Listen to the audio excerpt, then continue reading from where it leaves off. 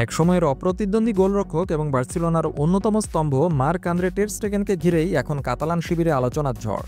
ক্লাবের বিশাল বেতনের বোঝা কমানোর মরিয়া চেষ্টার কারণেই এই জার্মান গোলকিপারের ভবিষ্যৎ পড়েছে গভীর অনিশ্চয়তায় এবং ক্লাবের সাথে তার সম্পর্কেও ধরেছে ফাটল।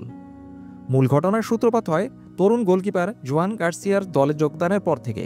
তার আগমনের পর থেকেই টের স্টেগেনের অবস্থান নড়বড় হয়ে গিয়েছে। বার্সেলোনা তাকে আর ক্লাবের স্বয়ংক্রিয় প্রথম পছন্দের গোলরক্ষক হিসেবে বিবেচনা করছে না, তাই ক্লাবের সর্বোচ্চ বেতনভোগী খেলোয়াড়দের মধ্যে অন্যতম টের স্টেগেনকে বিক্রি করে দিতে চাইছে বার্সেলোনা। তবে ক্লাব এবং খেলোয়াড়ের মধ্যে সম্পর্ক তিক্ত হওয়া সত্ত্বেও বার্সেলোনা তাকে দল থেকে বের করে দেওয়ার জন্য কোনো কঠোর বা অসম্মানজনক পদক্ষেপ নেবে না।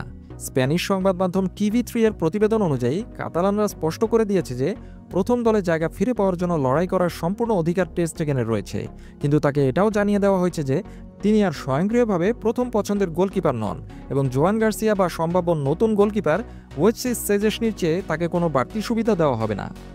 এই পরিস্থিতি নিঃসন্দেহে প্রাক্তন বরুশিয়া মনশেন গ্লাডবাখের এই গোলকিপারের জন্য অপমানজনক, কিন্তু বার্সেলোনা তাদের পরিকল্পনা নিয়ে পরিষ্কার এবং জোয়ান গার্সিয়া ও সেজেসনির ওপর তাদের পূর্ণ আস্থা রয়েছে।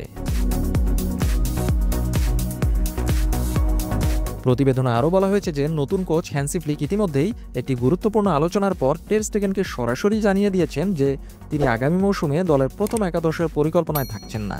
ক্লাবের এই কঠোর অবস্থান খেলোয়াড়ের প্রতি তাদের মনোভাবেরই একটি স্পষ্ট বার্তা।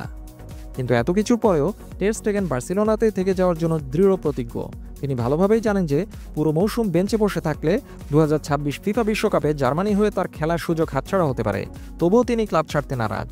তবে দলবদলের বাজার এখনও অনেক দীর্ঘ এবং বার্সেলোনা এই সামারে তাদের একসময়ের বিশ্বস্ত এই গোলকিপারকে ক্লাব ছাড়তে রাজি করাতে পারে কিনা সেটাই এখন দেখার বিষয়।